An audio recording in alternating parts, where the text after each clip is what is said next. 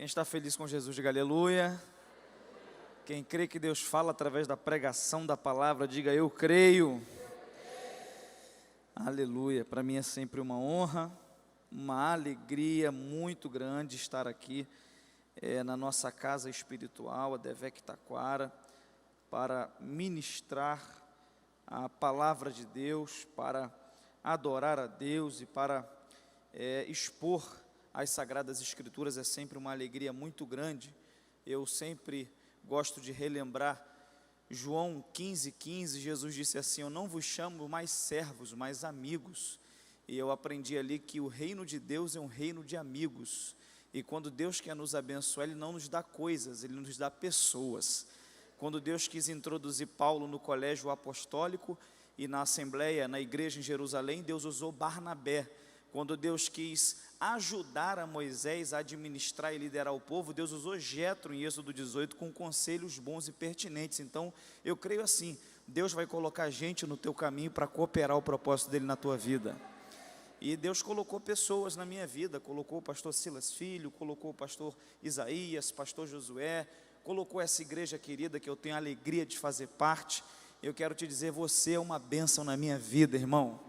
Aleluia, maravilhoso ministrar a palavra aqui, onde a gente congrega. Estou acompanhado da minha esposa, que está aqui na minha frente, essa linda serva de Deus, que é uma bênção na minha vida.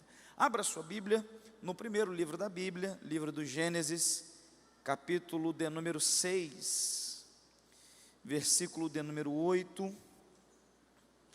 Quero compartilhar com você uma palavra, é simples, mas é uma palavra de Deus para o seu coração. E Gênesis, capítulo de número 6, versículo de número 8.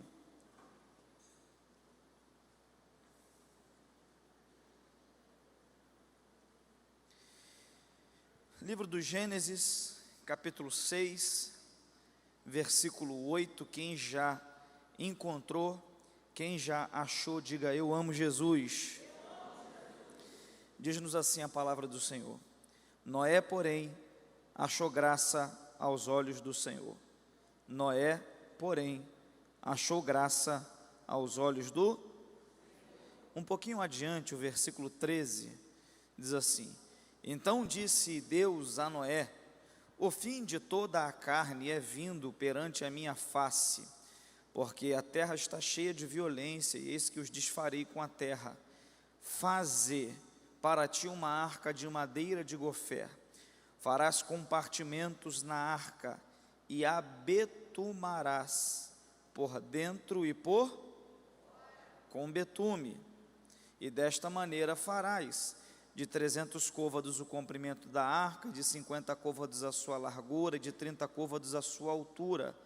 Farás na arca uma janela, de um côvado a acabarás em cima, e a porta da arca porás ao seu lado, e far-lhe-ás andares baixos, segundos e terceiros, porque eis que eu trago um dilúvio de água sobre a terra para desfazer a carne em que há espírito de vida debaixo dos céus. Tudo o que há na terra expirará, mas contigo estabelecerei a minha aliança, e entrarás na arca tu e os teus filhos, e a tua mulher, e as mulheres de teus filhos contigo. Um pouquinho adiante, versículo 22 diz assim: assim fez Noé, conforme a tudo o que Deus lhe mandou, assim o fez. Um pouquinho adiante, agora você vai abrir rapidinho no capítulo 9, a partir do verso 20, que é a continuidade da história. Capítulo 9, o verso 20, diz-nos assim, isso aqui foi após Noé sair da arca e o dilúvio passar. E começou Noé a ser lavrador da terra e plantou uma vinha, e bebeu do vinho e embebedou-se, descobriu-se no meio da sua tenda. E viu Cão, o pai de Canaã, nudez de seu pai, e fê-lo saber a ambos os seus irmãos do lado de fora. Então tomaram a Sem e a Jafé uma capa, puseram-na sobre ambos os seus ombros, e indo virados para trás, cobriram a nudez de seu pai. e os seus rostos estavam virados, de maneira que não viram a nudez de seu pai. E despertou Noé do seu vinho, e soube que o seu filho menor lhe fizera, e disse: maldito seja Canaã, servo dos servos seja seus irmãos. E disse: bendito seja o Senhor Deus de Sem, e seja-lhe Canaã por servo. Alargue Deus a Jafé, e habite nas tendas de Sem, e seja-lhe Canaã por servo. E viveu Noé, depois do dilúvio, 350 anos. E você diz amém pela palavra do Senhor. Esse texto é um texto extremamente conhecido, e isso é bom porque me poupa de muita explicação introdutória, e a gente vai direto para o texto, porque você já sabe que toda a terra tinha se corrompido, que o homem tinha entrado por um caminho de iniquidade irreversível, e no capítulo 6, a Bíblia nos mostra, na minha opinião, um dos textos mais tristes, é quando Deus diz assim: eu vou retirar o meu espírito da terra, porque o meu espírito não vai contender para sempre com o homem, porque a sua imaginação é má desde a sua meninice. Ali era Deus dizendo: eu estou desistindo da humanidade, porque o homem tinha entrado por um caminho, e o Espírito de Deus contendia com o homem. Você sabe que todas as vezes que você peca, todas as vezes que você tem a intenção de pecar, o Espírito de Deus contende com você. Todas as vezes que a sua mente começa a te levar para aquilo que não é de Deus, para aquilo que você sabe que é pecado, o Espírito de Deus fala contigo: não faz isso, não fala isso, não vai lá, não puxa essa conversa, não responde essa mensagem, não compra aquele negócio. Então o Espírito vai contendendo com você. Isso é um bom sinal, é um sinal de que o Espírito de Deus habita em você, é um sinal de que você é filho de Deus e não vive mais uma vida de escravo do pecado. Mas aqui em Gênesis a Bíblia mostra para nós que Deus retirou o seu Espírito, porque o Espírito não contenderia mais com o homem, de modo que o capítulo 6 começa com esse diagnóstico, dizendo que a terra tinha se corrompido terrivelmente. E aí de repente no verso 8 a Bíblia diz assim: Noé, porém, achou graça aos olhos do Senhor. Eu achei algumas coisas muito importantes e interessantes nessa história toda de Noé, que basicamente se inicia, o ponto forte dela aqui a partir do capítulo 6 e vai até o capítulo 9 que nós lemos. E eu queria compartilhar com você algumas observações que eu fiz aqui a respeito dessa história. A primeira é nesse verso de número 8, o texto diz: Noé, porém, achou graça aos olhos do Senhor. A primeira consideração que eu queria fazer com você é que eu não creio que a Bíblia é um livro comum. Eu não creio que a Bíblia é mais uma literatura. Eu creio que a Bíblia é a palavra de Deus. Infelizmente, no meio acadêmico, tem muitas pessoas que tratam a Bíblia como uma literatura, mas eu não creio assim. Eu creio que ela é a palavra de Deus. Tem gente que gosta de dizer que a Bíblia aberta é a palavra de Deus, e fechada aberta Deus fala contigo, e fechada não. Eu não acredito assim. Eu acredito que aberta é a palavra de Deus, fechada é a palavra de Deus. A Bíblia é a palavra de Deus, eu creio assim. Então eu creio que aqui na Bíblia nada está de forma aleatória. Eu creio que cada espaço entre versículos é uma mensagem de Deus ao nosso coração. Eu creio que cada pergunta é uma mensagem de Deus ao nosso coração. Eu creio que cada ponto, cada exclamação, cada interrogação, eu creio que tudo aqui é algo Deus falando ao nosso coração. Eu creio que nada está de forma aleatória. Por que eu estou te dizendo isso? Porque o capítulo 6 e o verso 8 me fizeram despertar para algo muito interessante, porque a gente percebe que a história de Noé começa com Deus, com o texto dizendo assim: Noé achou graça aos olhos do Senhor. Guarda isso, é a primeira vez na Bíblia que a palavra graça vai aparecer, é aqui no capítulo 6 e no versículo 8, é a primeira vez na Bíblia que a palavra graça vai aparecer. E em qual versículo a palavra graça aparece? Aparece no versículo 8, de qual capítulo? Do capítulo 6, eu quero que você guarde isso. O número 6 na Bíblia é o número do homem, porque foi no sexto dia que o homem foi criado. E o número 8 na Bíblia é o número do recomeço. Então perceba que a graça aparece pela primeira vez no capítulo 6, que é o número do homem, e no versículo 8, no número do recomeço, porque eu aprendo aqui que só com a graça de Deus o homem pode recomeçar uma nova vida em Deus. Mereci um aleluia mais empolgado da sua parte. Eu quero te dizer essa noite que o nosso Deus é um Deus de recomeço, o nosso Deus é o Deus de uma nova história. Eu não sei o que aconteceu na sua vida, eu não sei como foram os seus dias, eu não sei como tem sido o seu ano, eu não sei como está você desde que esse momento de pandemia começou, mas eu quero te dizer que com a graça de Deus, todos os novos começos são possíveis. Aleluia, eu quero profetizar que a graça de Deus vai se manifestar na tua vida e vai haver um tempo de novas coisas, de novos começos, e Deus vai ser glorificado em nome de Jesus.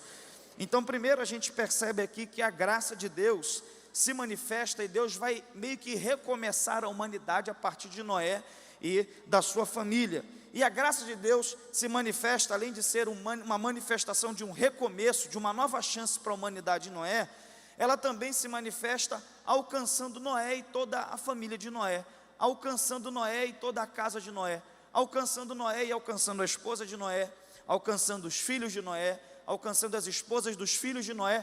Isso é maravilhoso, irmão, porque tem graça para você recomeçar e tem graça de Deus para alcançar toda a tua família nesta noite. Glória a Deus. De repente você entrou aqui e você está aqui, tem pessoas da tua casa que não receberam ainda o Evangelho. Tem gente na tua família que até murmura quando você vem para a igreja. Tem gente na tua casa que até reclama de você ser crente e já disse para você assim: você já foi de manhã, vai de noite agora de novo, um frio desse, fica vendo Netflix em casa. E você rompeu com tudo isso e veio. Tem graça de Deus para você e para todo mundo na tua casa, até quem ficou lá. Aleluia.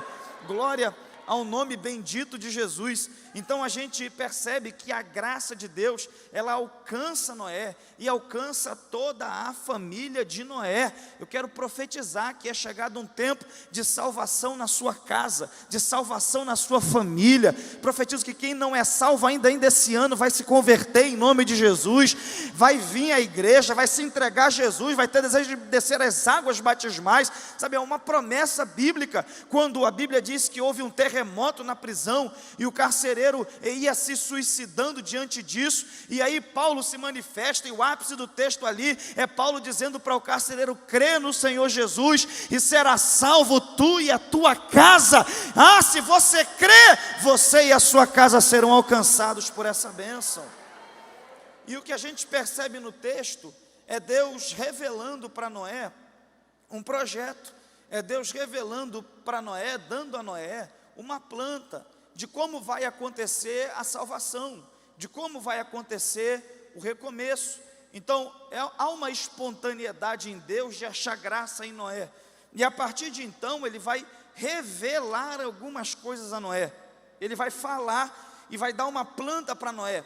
Ele vai começar dizendo aquilo que vai acontecer, e ele vai dizer assim: olha, a terra está completamente corrompida, e eu vou mandar um dilúvio, e esse dilúvio vai matar todo mundo que tiver fôlego de vida e andar por cima da terra. Aí Deus vai dando o aviso a Noé: mas contigo eu estabelecerei o meu pacto e a minha aliança, e vai entrar na arca você, os teus filhos, a tua mulher e as mulheres de teus filhos contigo. E aí Deus vai anunciando a Noé e dizendo: você vai fazer uma arca, e Deus dá a planta da arca para Noé, dizendo assim: você vai fazer de tantos côvados de altura, de tantos côvados de comprimento, você vai colocar betume por dentro, vai colocar betume por fora, de modo que Deus dá todas as especificidades da arca, porque nela Noé vai entrar quando, após o dilúvio começar, ou antes do dilúvio começar. Noé vai salvar a si mesmo, a sua casa, e quem crê na pregação dele, porque a Bíblia diz na Epístola aos Hebreus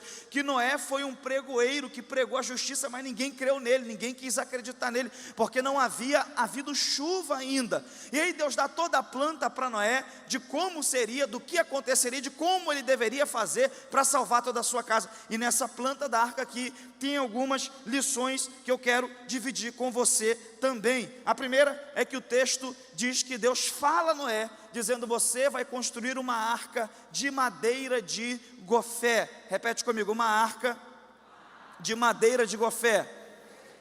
a madeira de gofé, de acordo com o dicionário bíblico Wycliffe, era uma madeira maleável, era uma madeira que se dobrava muito, até quebrar era muito difícil.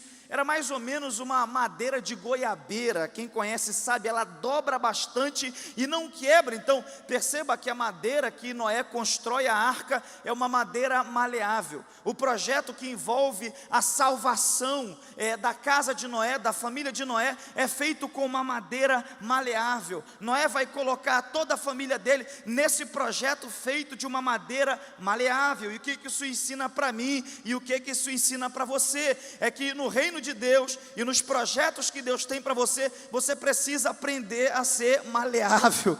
Primeiro, quando o assunto é salvação, o que nos dá de desejo de fazer é abrir a cabeça de certas pessoas na nossa casa e enfiar Jesus lá dentro, porque Jesus é maravilhoso, não é verdade?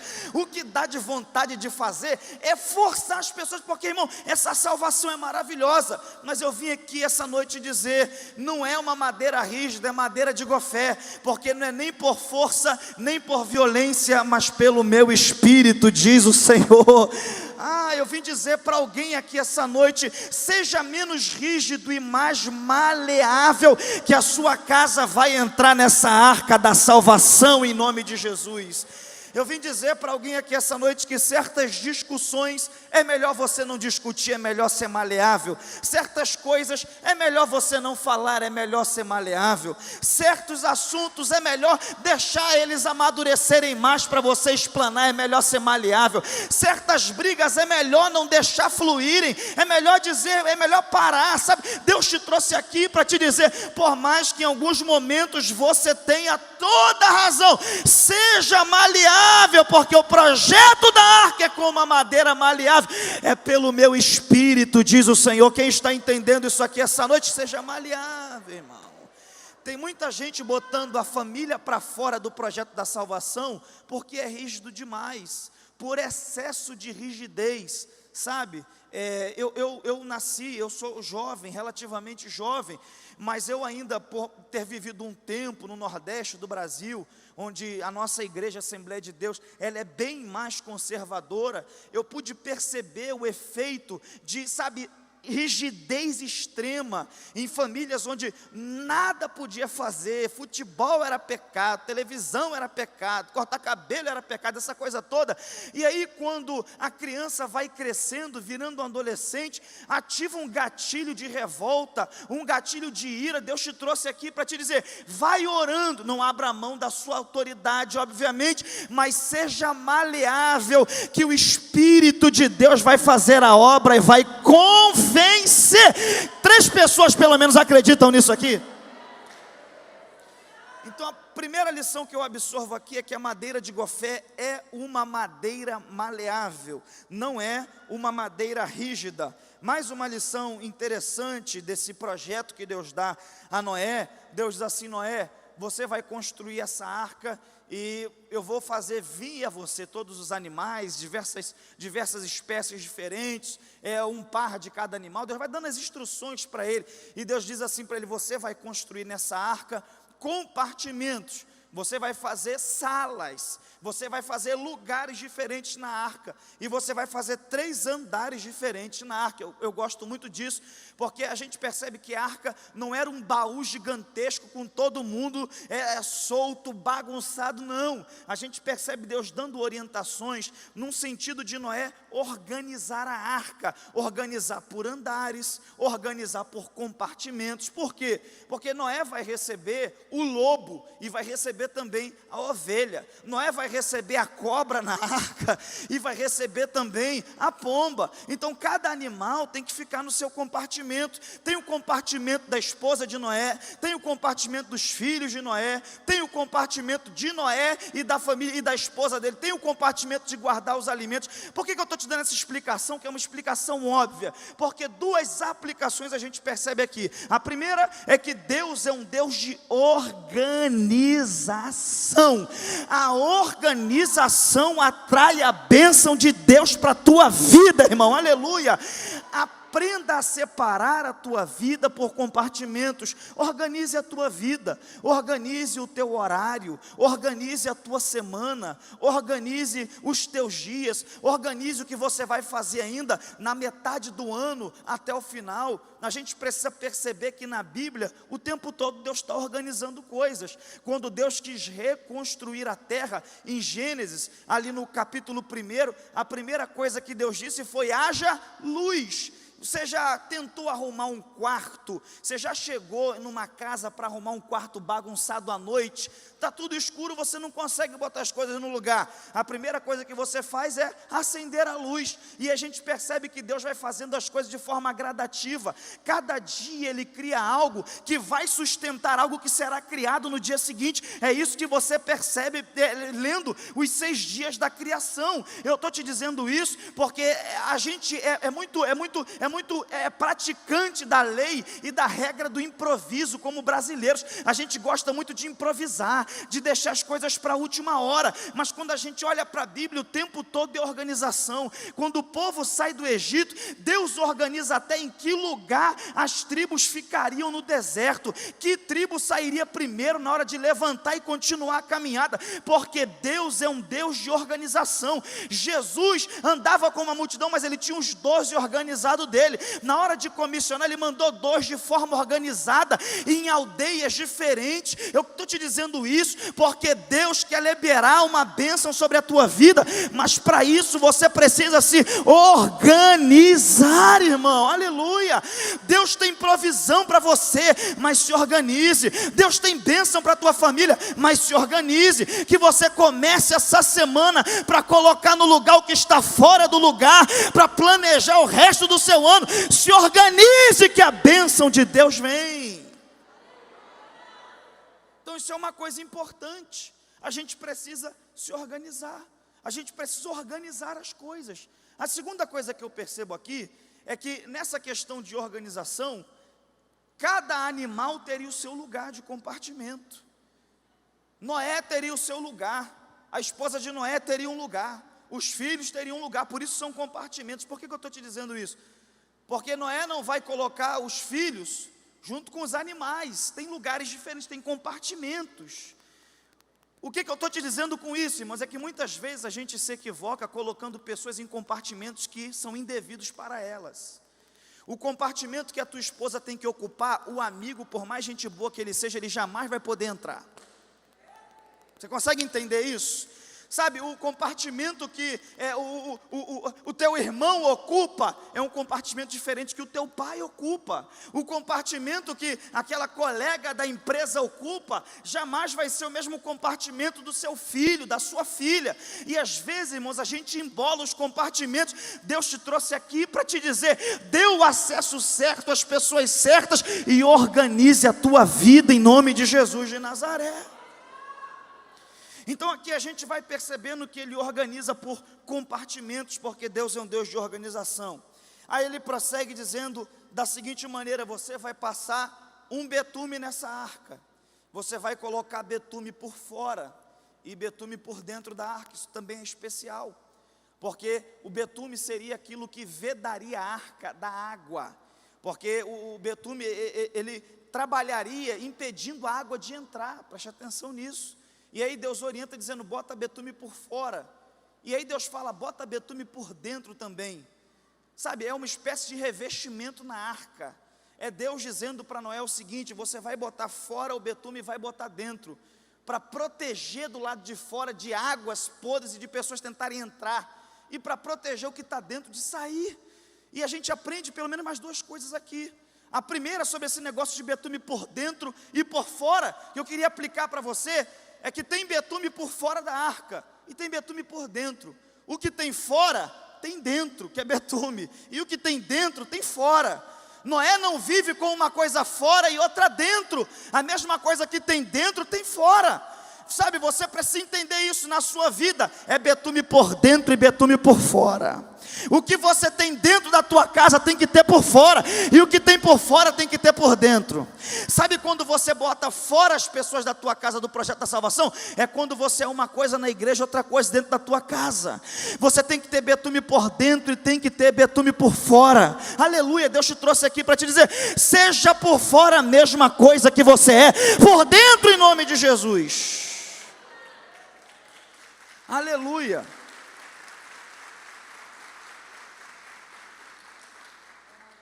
Então é uma espécie de revestimento na arca.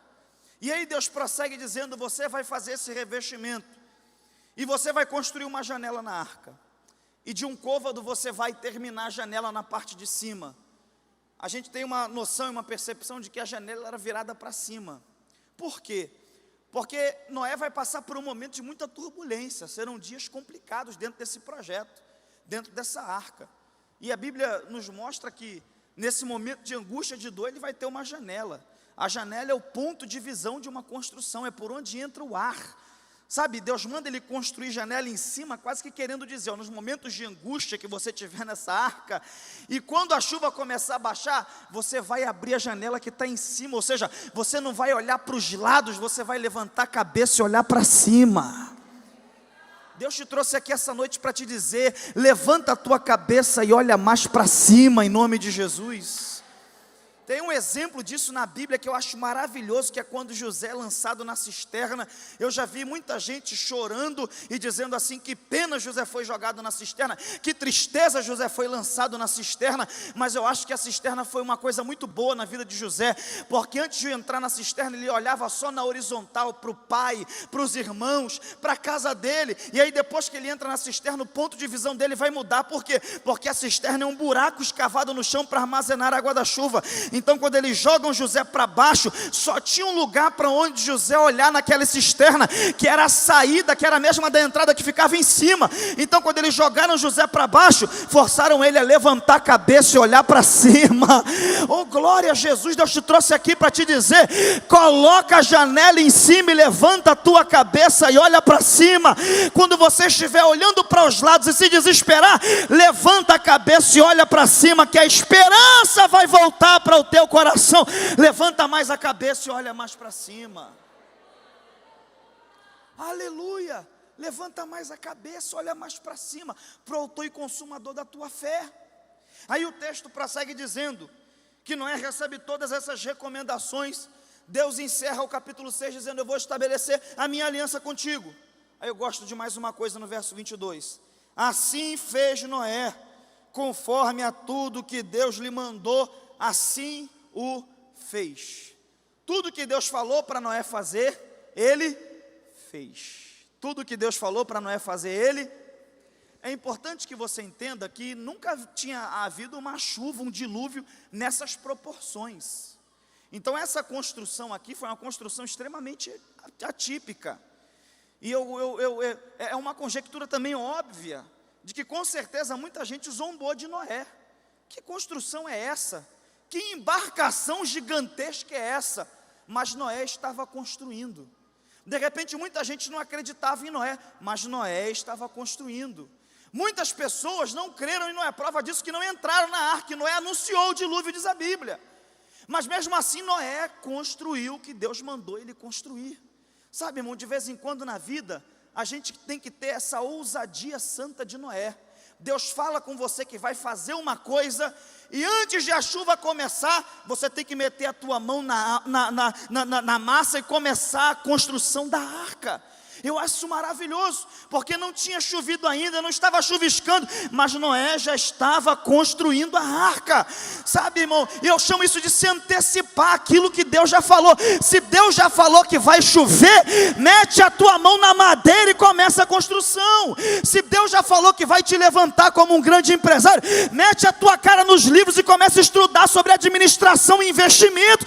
Deus te trouxe aqui para te dizer: construa antes de a chuva começar. Não está chovendo, mas você tem que começar a construção. E aí Noé começa a construção, e o texto diz que ele termina. Isso é maravilhoso, irmão. Deus te trouxe aqui para te dizer: aprenda a terminar as coisas que você começa. Sabe, isso é validador, é motivador quando você entra num fluxo de terminar tudo aquilo que você vai começando. Noé termina a construção, e a Bíblia diz, no capítulo 7, que após algum tempo, Deus manda ele entrar na arca, ele entra.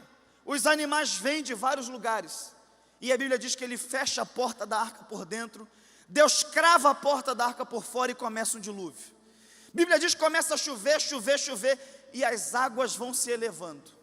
E nesse momento, tem algo que é especial na arca, é não somente aquilo que Noé fez, mas aquilo que Noé não fez. Porque Noé não fez um timão para a arca, Noé não fez uma vela para a arca, Noé não fez remo para a arca, porque a gente percebe que ela era uma embarcação não guiada por Noé. Ele construiu, entrou nela, mas quem ia guiar ela era Deus. O teu papel é construir e entrar no projeto que Deus te deu e colocar nele toda a tua família. Guiar é a mão de Deus que vai te guiar nesses momentos. Aí a Bíblia diz que Noé entra, a chuva começa, as pessoas se desesperam e Noé está lá dentro com a família dele guardado. Noé não ganhou o vizinho, Noé não ganhou o prefeito da cidade, Noé não ganhou muita gente, mas também ele não perdeu a casa dele. Eu faço votos e eu oro para que você ganhe todo mundo ao teu redor para Jesus. Mas se você não ganhar a tua cidade inteira, que você pelo menos não perca a sua família como Noé. E aí a Bíblia diz que a chuva começa e o dilúvio é um momento de tensão. Porque muita chuva, muita morte, o quadro é morte do lado de fora.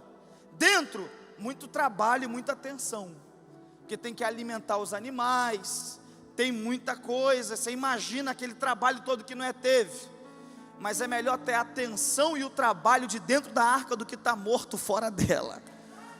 E tem gente que tem coragem de dizer, não, eu não vou para a igreja não, porque a igreja tem defeitos, a igreja tem isso, é melhor estar vivo aqui dentro do que morto do lado de fora. E aí a Bíblia dá conta que o dilúvio vem. São muitos e muitos dias, mas o texto mostra para nós que chega uma hora que Deus lembra de Noé e o dilúvio cessa. Então o dilúvio tem um tempo para começar, e eu quero te dizer que o dilúvio tem um tempo para terminar. O que a Bíblia mostra para nós é que o dilúvio passou, mas a família de Noé permaneceu. Eu quero profetizar na sua vida que esse dilúvio vai passar, mas a sua família vai permanecer. Esse dilúvio vai passar, mas as promessas de Deus na tua vida vão permanecer. Esse dilúvio vai passar, mas o teu casamento vai permanecer. Eu vim te dizer, fica firme. A gente cantou aqui sobre perseverança em 2 canções. Deus está dizendo, persevera, porque o dilúvio vai passar, essa crise vai passar, esse tempo vai passar, mas o que eu tenho para você vai permanecer. Vai permanecer, confia. Confia.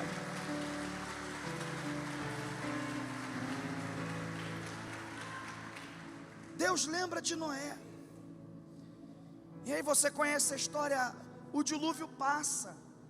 Ele abre a janela da arca, solta o corvo, solta a pomba, recebe de Deus um sinal. E a Bíblia diz que Deus permite ele abrir a porta da arca. Isso é maravilhoso. Ele abre a porta da arca e sai com todos os animais. E a primeira coisa que Noé faz quando sai com todos os animais dentro da arca é um altar de sacrifício e gratidão a Deus. Esse momento vai passar e você vai levantar um altar de sacrifício e gratidão a Deus. Sabe, irmão? Vai passar e você vai ser grato a Deus. Aí Noé faz um sacrifício a Deus. E aí Deus responde o sacrifício de Noé com uma promessa. A Bíblia diz que Deus mostra para ele um arco celeste, que a gente chama culturalmente de arco-íris, mas não tem íris, é arco celeste. E Deus diz assim para Noé, isso aqui é o sinal do meu pacto, da minha aliança, que eu nunca mais vou desfazer a terra com água. Porque todas as vezes que você se propõe a agradecer, Deus se propõe a te prometer e fazer mais na tua vida. Noé faz aquele sacrifício e Deus diz, eu não vou destruir mais a terra assim, eu estou estabelecendo com você um pacto. Aí Noé sai da arca e recomeça a vida. E nesse recomeço, a gente vai percebendo muitas das atitudes de Noé. A gente percebe, antes do primeiro dilúvio acontecer, que Deus deu orientações a Noé, e Noé seguiu essas orientações, e deu tudo certo. Só que a partir do capítulo 9, a gente percebe um Noé que não está seguindo orientações diretas de Deus, e também Deus dá a ele uma autonomia para ele fazer o que ele quer. E eu quero que você entenda uma coisa: nessa autonomia que Deus deu a Noé, de escolher o que ele vai fazer, a Bíblia diz que ele planta uma vinha, e ao plantar uma vinha, ele bebe do vinho, se embriaga. Perceba como que ele vai usar a autonomia que Deus deu a ele para escolher o que ele vai fazer, para se embolar. E eu tenho muito medo disso, de gente que só faz o certo quando tem alguém em cima dela ali falando tudo certinho, e de quando você dá liberdade para ele, ele se embola com a liberdade. Que Deus te dê sabedoria para você aprender a lidar com a liberdade que Ele te dá no Evangelho. Porque Noé recebe essa liberdade, essa autonomia, essa gerência própria, e ele vai plantar uma vinha. E eu quero te fazer uma pergunta: o que você está plantando na tua casa? O que você está plantando na tua família? O que você está plantando no teu casamento? O que você está plantando na vida dos teus filhos? Noé plantou algo que infelizmente levou ele a um tropeção muito grande na fé. Deus te trouxe aqui para te dizer: plante coisas boas na tua casa e na tua família, em nome de Jesus. Noé plantou uma videira, a Bíblia diz que ele pega o fruto, bebe do fruto, e a Bíblia diz que ele exagera, ele se embriaga ao ponto de ficar nu. Então a gente percebe uma outra coisa aqui, um exagero da parte de Noé. Porque no Evangelho, irmãos, a gente não pode ser dado a exageros. O Evangelho sempre nos propõe um posicionamento inteligente e equilibrado, não de exageros. Deus te trouxe aqui para te dizer que Jesus foi crucificado na cruz do meio, aleluia. É equilíbrio, aleluia, aleluia. Deus te trouxe aqui essa noite para te dizer: aprenda a ser equilibrado em nome de Jesus. Voltando à questão de filhos e tudo mais, tem muita gente que precisa alcançar esse equilíbrio. Sabe, eu já vi pais que são extremamente rígidos, eu já falei aqui, são extremamente rígidos, e eu já vi outros que são licenciosos, abrem mão completamente da autoridade, e o filho fica o dia todo com o celular na mão, e ele não sabe o que falar, não se movimenta, não vê o que está vendo. Deus te trouxe aqui para te dizer que você tem que conseguir um meio termo. Sabe, há uns dias atrás, entrou um passarinho lá em casa, e aí a minha filha, a gente tem aqueles negócios lá na varanda nossa, de dar de beber água a passarinho. Aí ele entrou e não conseguia sair. Aí minha filha veio, eu estava no quarto, e ela veio: pai, entrou um bicho lá na sala, vem ver. E foi aquele tumulto. Aí eu me recordo que eu fui na sala, e eu vi que era um passarinho, esse simples. E eu fui perto dele, ele estava com muito medo, segurei ele. E eu percebi a fragilidade do passarinho, irmão. De modo que se eu aperto ele, eu matava ele na minha mão, de tão frágil que o bichinho é. E aí eu peguei ele, segurei numa força medida, levei ele até a janela, e quando eu abri a mão, ele saiu voando. E ali eu pude perceber o que é equilíbrio. Criação de filho é igual passarinho na mão. Você não pode apertar demais, senão você mata, e não pode abrir a mão demais, senão ele sai voando. Deus te trouxe aqui para te dizer que hoje Ele quer te dar equilíbrio na mão. Ai, irmão, isso é uma mensagem pastoral, não é mensagem de evangelista. Deus quer te dar equilíbrio, para você ter equilíbrio para lidar com esse filho, com esse casamento, com essa situação. Quem recebe isso e pode dizer glória a Deus, equilíbrio. Moisés exagerou, Noé, exagerou. E a Bíblia diz que ele se embriagou e ficou nu na tenda. Aí um filho dele, que a Bíblia diz que é cão, entra na tenda. E aí o filho entra na tenda, e quando sai da tenda, o que o texto original dá uma ideia de que ele fez algo que não deveria fazer. Alguns estudiosos dizem que ele zombou do pai. e contou para os irmãos da nudez do pai. Aí olha a sabedoria dos dois irmãos Sem e Jafé. Eles botam um pano, uma coberta nos ombros, eles sabem que o pai está na tenda, e eles vão andando de costas, para não se expor à vergonha do pai, e para não expor a vergonha do pai. Quando eles percebem o pé do pai embaixo, eles lançam a coberta para cobrir a nudez do pai. Sabe, olha que atitude, a de cão, que diferença de Sem e Jafé.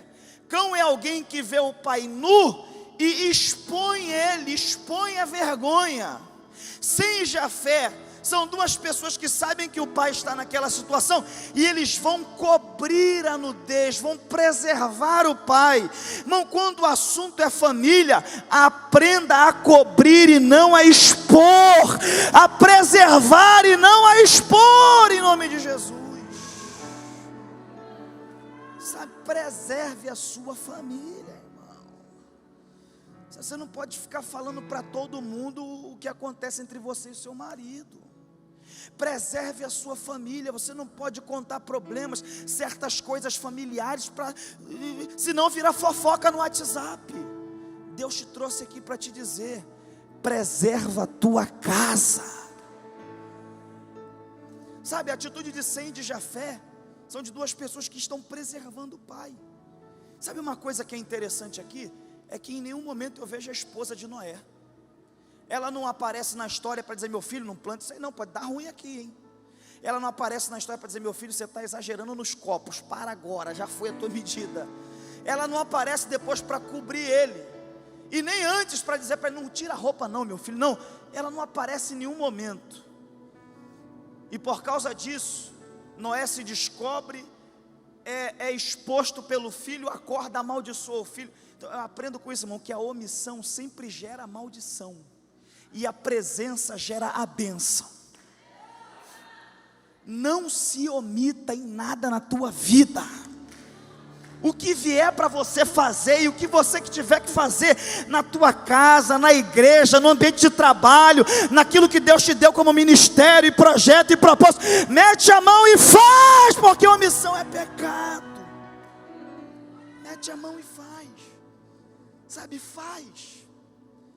Aí a Bíblia diz que Noé acorda, e ele vai na direção do neto. Isso é uma constatação interessante no texto. É que a Bíblia diz que Noé acaba lançando uma palavra contra o neto, Canaã, quando quem fez a coisa errada foi Cão, que era o pai, o filho dele direto, não o neto. Noé explodiu no neto. Já não deveria ter explodido, mas se fosse para explodir, tinha que explodir na pessoa certa. Nunca desconte os teus estresses na pessoa errada. Mantenha a tua calma em nome de Jesus. Aí Noé vai no neto e libera uma palavra. E depois a Bíblia diz que ele vai nos outros dois filhos Sem e Jafé e libera sobre eles uma palavra de bênção. E o texto encerra dizendo: e viveu Noé depois do dilúvio muitos anos, 365 anos. E eu quero encerrar te dizendo isso. Noé, no tempo que foi completamente gerido por Deus do que fazer, ele fez o que ele tinha que fazer certinho. Quando Deus deu uma liberdade para ele, uma autonomia para ele, ele acabou se embolando com essa liberdade. Que você não se embole com a liberdade que Deus está te dando.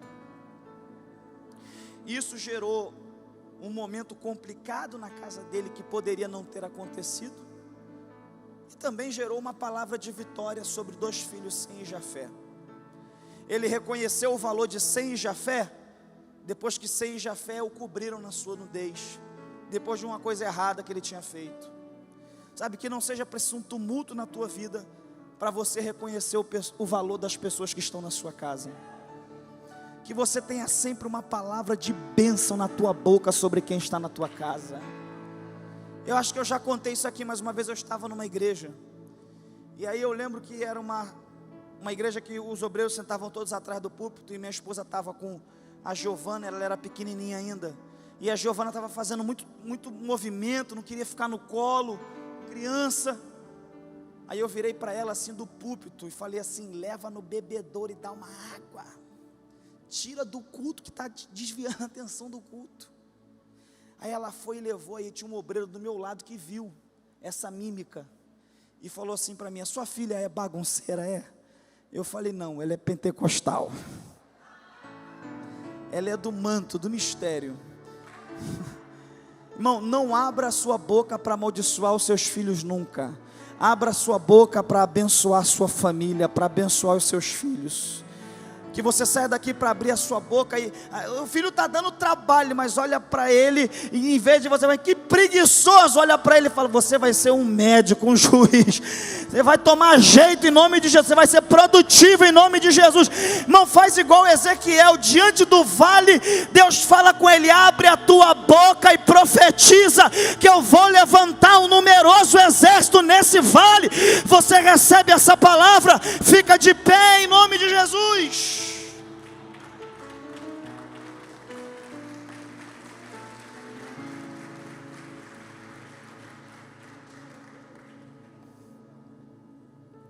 E viveu Noé, depois do dilúvio.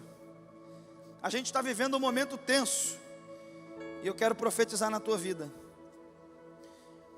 O texto diz no verso 29: e viveu Noé 350 anos. Repete comigo: viveu Noé. Mais uma vez: viveu Noé. Eu quero profetizar que depois desse momento que a gente está passando, você não vai sobreviver, você vai viver. Deus tem vida e vida com abundância para você. Sabe, Noé só conseguiu viver depois do dilúvio 300, muitos anos. Preste atenção nisso, porque ele entrou na arca no tempo do dilúvio. A arca hoje para mim e para você é Jesus Cristo.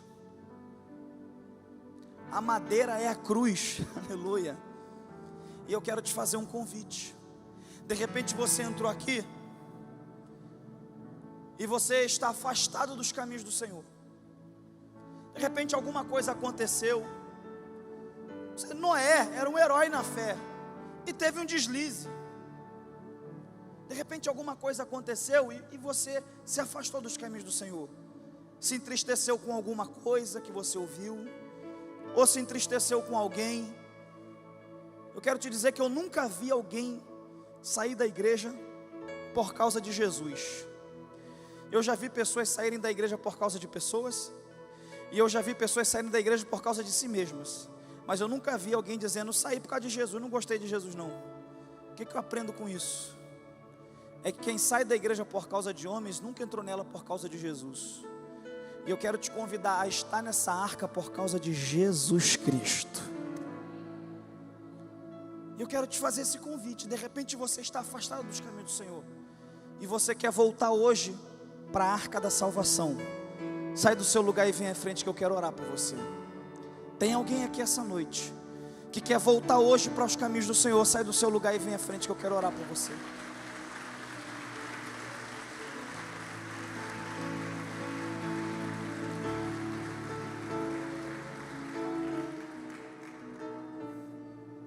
Hoje é a sua oportunidade.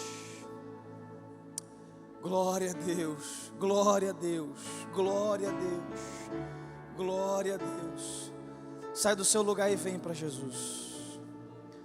De repente entrou alguém aqui, você está aí sentado, você já veio algumas vezes. Hoje é a noite que Deus está dizendo: a porta da arca está aberta, entra que eu quero salvar você e a tua família. Entra que eu quero salvar você e a sua casa. Mas pastor, eu tenho falhas, eu tenho fraquezas. Vem, porque tem coisas, irmãos, que só com Jesus a gente consegue nele libertação. Se você for esperar ser perfeito para vir para Jesus e para viver uma vida plena com Deus, isso nunca vai acontecer. Você vem e aqui Ele te liberta, Ele te transforma, Ele muda a tua vida, muda a tua história, te faz recomeçar, a graça dEle te alcança. Tem mais gente que quer essa noite voltar para os caminhos do Senhor, ou você que nunca foi crente, quer entregar a sua vida hoje para Jesus. Entra na arca hoje, tem salvação para você hoje. Tem salvação para a sua família hoje. Glória a Deus, glória a Deus, glória a Deus. A igreja fecha os olhos em nome de Jesus. Glória a Deus. É hoje a sua oportunidade. Sabe, Noé pregou e disse: vai vir um dilúvio, vai vir um dilúvio, entre na arca. E ninguém quis participar da construção e menos ainda entrar. E hoje Deus está te convidando, e como Noé pregou, eu também estou pregando para você, te dizendo: entra na arca hoje. Tem salvação para você hoje. Tem salvação para a tua vida hoje. Irmão, tem salvação para você hoje. Tem transformação para você hoje. Tem mudança para você hoje. A porta está aberta, mas Deus não te obriga a entrar. Não tem grilhão que prenda você no seu lugar nesse momento. Não existe influência maligna que te prenda no seu lugar nesse momento, porque esse lugar aqui é um lugar consagrado a Deus. Por isso que você sente leve quando vem aqui, e Deus está dizendo: eu quero mudar a tua história, sai do teu lugar e vem hoje. Eu te aguardo aqui na frente. Se você permanecer no seu lugar, o que você está dizendo: eu não quero entrar na arca, quero ficar do lado de fora. Eu olho para a construção, pregador, é bonita, culto é bonito, louvor fantástico, a orquestra maravilhosa, mas Deus está te convidando. Não basta apenas olhar a estrutura de fora, achar a coisa mais linda. Entra nela, porque tem salvação para a tua vida. Não basta apenas olhar a suntuosidade da arca, o pé direito da arca. Deus está dizendo: entra, porque eu quero salvar você, a tua casa, a tua família. E hoje você tem essa escolha. Se você quiser entregar a tua vida a Ele agora, voltar para os caminhos dEle, sai do teu lugar agora. É você que decide. Se você ficar no seu lugar, o que você está dizendo é: eu não preciso de Deus, não quero não, não preciso não. É hoje a sua oportunidade. Tem mais alguém que queira entregar a sua vida a Jesus hoje? Sai do seu lugar e vem à frente, que nós queremos orar por você. Glória a Deus, glória a Deus. Eu te aguardo aqui na frente. Eu te aguardo aqui na frente. Você pode adorar a Deus, tem mais pessoas vindo.